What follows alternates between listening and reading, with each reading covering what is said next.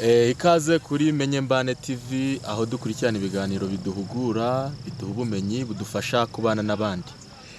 Kuri wa gatanu mutagatifu rero twazanye umufaratiri agiye kutuganiriza uko yabonye uyu munsi, icyo wamusigiye ndetse n'inama yabwira bagenzi be bangana n'abamuruta. Ikaze. Ndabashimira. Mbere na mbere nitwa Iradukunda Aime, ndi umufaratiri wa Diocese Gatolika ya Byumba. Muri make uyu munsi wa gatanu mutagatifu ndavuga muri make mu buryo nawubonyemo.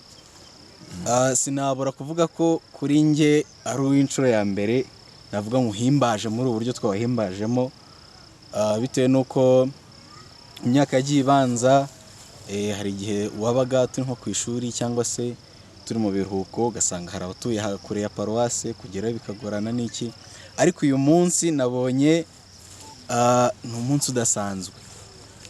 Hano iwacu Byumba twawutangiye neza mu gitondo, yego twakoze amasengesho lode, amasengesho mu gitondo, aho twakoze inzira y'umusaraba ku isaha ya saa sita. Inzira y'umusaraba tuzi birimo, ni inzira itwereka ububabare bwa Yezu uburyo yababaye, tuzi uburyo yagiye igenda. Ababizi muri Kiliziya Gatolika inzira y'umusaraba ni inzira ikomeye itwereka ibintu bihambaye, ndetse no ku isaha ya saa 9 twahimbaje ububabare bwa Yezu Kristu, aho tugiramo n'iramya ry'umusaraba.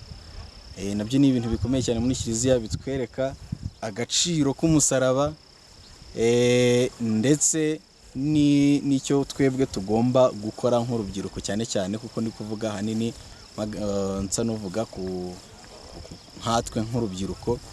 Ni ibintu bishimisha, bitwankuraje cyangwa se bidutera umuhate, cyane cyane noneho n'abari muri iyi nzira yo kwiyegurira Imana, kumenya agaciro k'umusaraba, kumenya ububabare bwa Yezu Kristu uburyo yababaye tukaha agaciro. Kuri uyu munsi wa gatanu hari akandi kantu nabonyeho, akantu ko kwigomwa.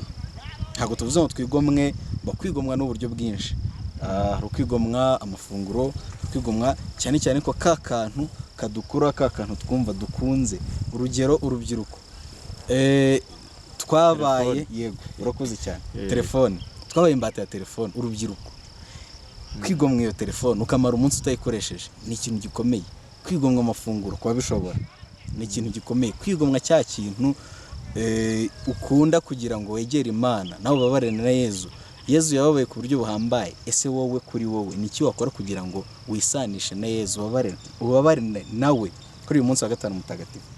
Muri make rero icyo navuga ku uyu munsi wa gatanu mutagatifu, udusigiye urwibutso cyangwa se uduhaye n'isomo rikomeye muri uyu mwaka wa 2026 wo gukunda umusaraba, tugakunda Yezu, ndetse tugakurikiza uburyo yababaye, natwe tugashaka ese ni iki ngiye nakora kugira ngo mbabarane na Yezu. Yego, inama rero nagiye urubyiruko bagenzi banjye, cyane cyane naho turi mu nzira imwe yo kwegurira Imana, ni ugukomera ku isengesho ndetse tunakunda umusaraba, kuko umusaraba iyo hataho umusaraba hebwo hari ukundi biba bimeze. Dukunda umusaraba, dukunda isengesho, kandi dukunde Yezu nk'umwami n'umukiza wacu. Yego, Ndagushimiye, ndakwibutsa gukora subscribe kuri Menye Mbane TV kugira ngo ujye uhora ubona ubumenyi nk'ubu. Nibyo, ciao.